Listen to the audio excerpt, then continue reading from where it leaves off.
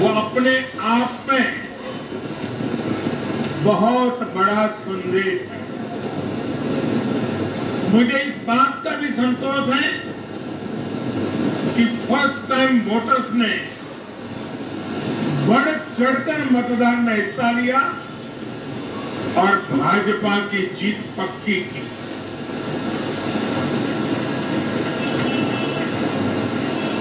चुनाव के दौरान भाजपा के कार्यकर्ताओं ने मुझसे वादा किया था कि इस बार होली 10 मार्च से ही शुरू हो जाएगी। हमारे कर्मठ कार्यकर्ताओं ने ये विजय ध्वज फहरा करके इस वायदे को पूरा करके दिखाया है।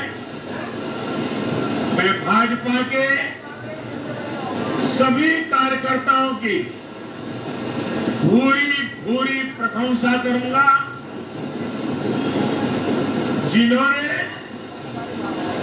दिन रात देखे बिना इन चुनावों में कड़ी मेहनत की। हमारे कार्यकर्ता जनता जनार्दन का दिल जीतने में, जनता जनार्दन का विश्वास जीतने में सफल रहे और पूरे पार्टी का नेतृत्व जिन्होंने किया, कार्यकर्ताओं ने तो जिन्होंने लगातार मार्गदर्शन किया, ऐसे हमारे राष्ट्रीय अध्यक्ष श्रीमान जगत प्रकाश नड्डा जी को भी मैं बहुत बहुत अभिनंदन करता हूं, बहुत बहुत बधाई देता हूं।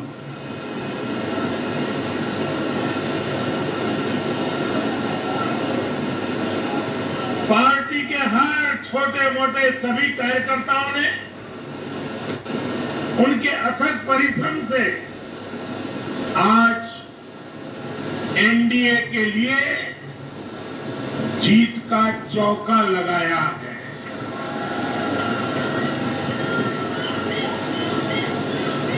साथियों, उत्तर प्रदेश ने देश को अनेक प्रधानमंत्री दिए,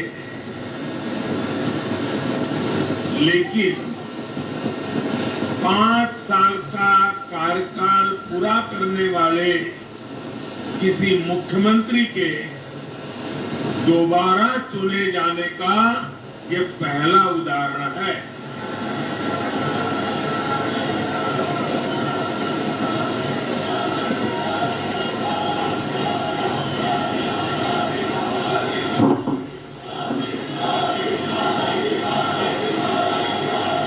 अभी नड्डा जी ने विस्तार से बताया, उत्तर प्रदेश में 37 साल बाद कोई सरकार लगातार दूसरी बार सत्ता में आई है। 3 राज्य यूपी, गोवा और मणिपुर में सरकार में होने के बावजूद बीजेपी के वोट शेयर में वृद्धि हुई है।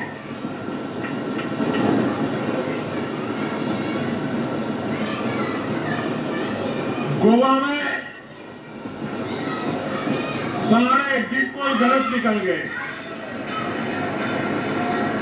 और वहां की जनता ने तीसरी बार सेवा करने का मौका दिया।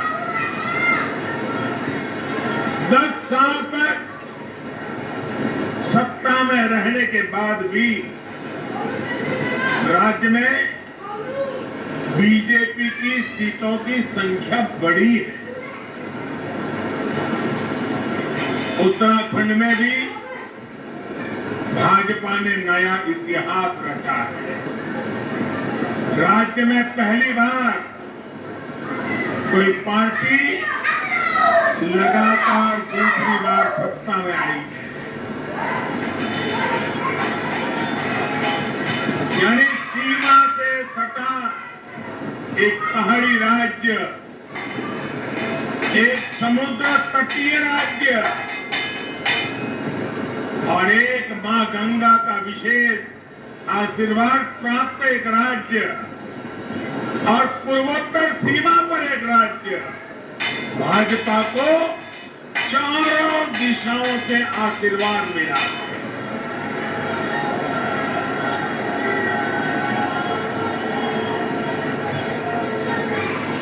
इन राज्यों की चुनौतियां भिन्न है, सबकी विकास की यात्रा का मार्ग भिन्न है, लेकिन सबको जो बात एक सूत्र में पिरो रही है वो है भाजपा पर विश्वास। भाजपा की नीति, भाजपा की नीयत और भाजपा के निर्णयों पर अपार विश्वास। साथियों, ये चुनाव नतीजे भाजपा की प्रो एक्टिव गवर्नेंस पर एक प्रकार से बड़ी मजबूत मोहर लगाते हैं। पहले जनता अपने ही हक के लिए सरकार के दरवाजे खटखटाकर थक जाती थी। बिजली, पानी, गैस, टेलीफोन, बहुत बुनियादी सुविधाओं के लिए, सामान्य जरूरतों के लिए सरकारी दफ्तरों के चक्कर काटने पड़ते थे, पैसे देने पड़ते थे। कुछ साधन संपन्न लोगों तक सुविधा पहुंचने के रास्ते अलग थे, पहुंच जाती थी। देश में गरीबों के नाम पर घोषणाएं बहुत हुई, योजनाएं भी बहुत बनी, लेकिन उस योजनाओं का जो हकदार था, जिस गरीब का उस पर हक था, उसके लिए ये हक उसको मिले बिना परेशानी को मिले, उसके लिए गुड गवर्नेंस, डिलीवरी, इसका बड़ा महत्व होता है। लेकिन भाजपा इस बात को समझती है और मैं लंबे अरसे तक मुख्यमंत्री के नाते काम करके आया हूं, इसलिए मुझे पता है कि आखिरी इंसान की सुविधा के लिए कितनी मेहनत करनी चाहिए।